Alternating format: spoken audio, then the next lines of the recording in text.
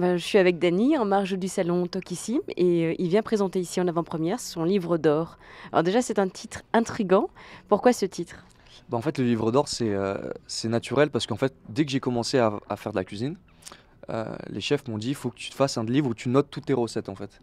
Et moi, en rigolant, bah, j'avais marqué le livre d'or, en fait, en haut de ce petit carnet que j'ai toujours et que j'ai fait, en fait, à 15 ans. Donc, en fait, le livre d'or, c'est mon livre de recettes à moi. Et là, c'est là où je voulais le partager avec les gens. Et du coup, le nom est venu naturellement parce que c'est un peu, je me délivre un peu dedans. Donc, c'est mon livre d'or que je donne un peu aux gens. Voilà. Il y a des recettes qu'on peut faire à la maison, mais il y a aussi de belles recettes plus techniques. C'est vraiment un savant mélange entre vos premières recettes de jeunes cuisiniers et tout ce que vous avez appris. Voilà, exactement. En fait, j'ai voulu mélanger pour faire plaisir aux gens, autant des recettes simples à faire à la maison. Donc, il y a quatre thématiques. Il y a vraiment la thématique maison, on va dire. Vraiment esprit enfance, donc les gratins dauphinois, tout ce qu'on aime, les bonnes choses. Et après, ça a évolué en fait avec ma vie. Donc, ça a été les réseaux sociaux, donc un peu des recettes de réseaux sociaux, et puis aussi la recette du Bayview, là où je suis chef en fait à l'heure actuelle. Et après, la dernière étape, c'est vraiment le Top Chef. Du coup, il y a quelques recettes de Top Chef, Ouh. ceux qui ont été coup de cœur par exemple, Mm. et qui ont plu au chef et aussi à l'écran. Donc voilà, c'est un mélange de vraiment ma vie, un peu en quatre thématiques.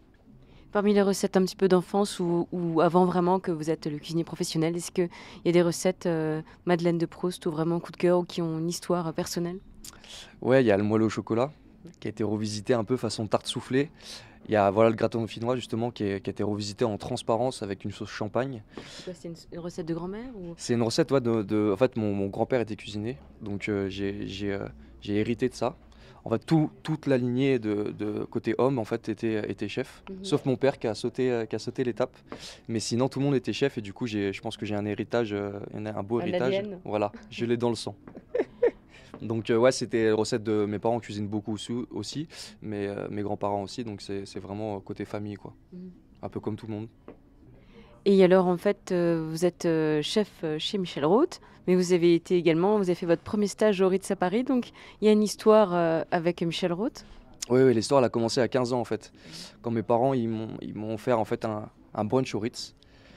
Le chef Michel Roth était dans la salle, je me suis présenté, j'ai dit un jour je serai un grand chef comme vous. Et super gentil, le chef nous fait visiter les cuisines et il me tend sa carte et en fait c'est grâce à lui que j'ai fait un stage après au Ritz. C'est grâce à ce jour-là en fait, il savait pas, mais de tendre la main à un jeune à 15 ans, bah, ça a changé sa carrière, donc c'est fou. Et il sait très bien, je suis encore reconnaissant aujourd'hui et c'est pour ça que j'ai été fidèle pendant des années parce que c'était le premier à me tendre la main pour commencer la gastronomie. Mhm. Voilà. Et comment est-ce que vos parcours se sont recroisés plus tard pour que... Bah alors du coup j'ai travaillé un an au Ritz pendant 2012 avant la fermeture.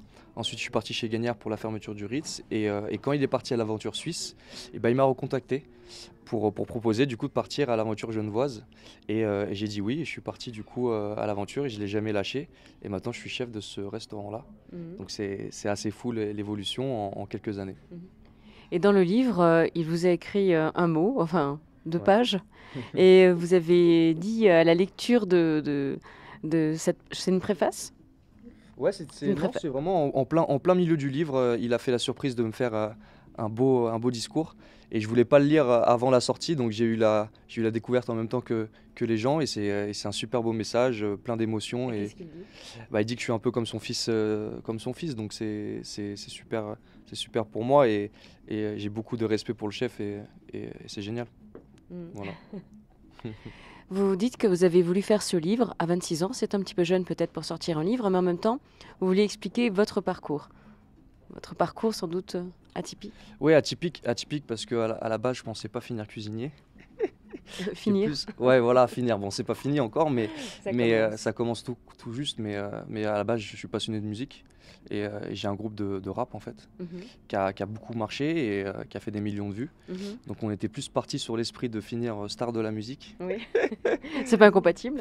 Bah, c'est peut-être compatible. Pour l'instant, je ne connais pas encore de grands chefs cuisiniers qui font les deux, mais pourquoi pas. En tout cas, moi, c'est mon parcours et j'explique un peu aussi tout ça, du coup, parce que mes débuts, moi, c'était dans le 93 à Rosny-sous-Bois. Mhm, Donc, rien à voir avec le luxe, le côté gastronomique et tout ce qui se passe à Genève. mhm. Donc, voilà, il y a un parallèle, en fait, dans ma vie et je voulais le montrer un petit peu. Et d'où cette couverture aussi en 2 parties avec le côté toc, très gastronomique et puis le côté un peu plus fun du côté rap en fait. Voilà.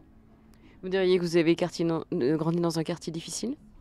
Un quartier difficile, ouais, c'est un peu cliché, mais j'ai grandi à Rosny-sous-Bois, ouais, dans le 93, dans un quartier, oui, donc c'était c'était différent, c'était une enfance différente. Après, j'ai beaucoup aimé, mais voilà, on est vraiment parti d'en bas, voilà, donc ça fait plaisir C'est une belle réussite. Ouais, c'est une belle réussite, et puis c'est un exemple, et comme je dis toujours aux jeunes, faut croire en ses rêves, en fait, peu importe d'où on a grandi et d'où on vient, en fait, on peut réussir à aller où on veut en fonction du travail et de garder des rêves parce que en fait ça peut vraiment se réaliser, c'est pas cliché.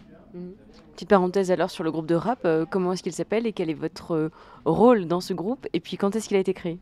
Alors il a été créé, j'avais 12 ans, donc ça fait déjà un petit paquet d'années, ça fait une quinzaine d'années.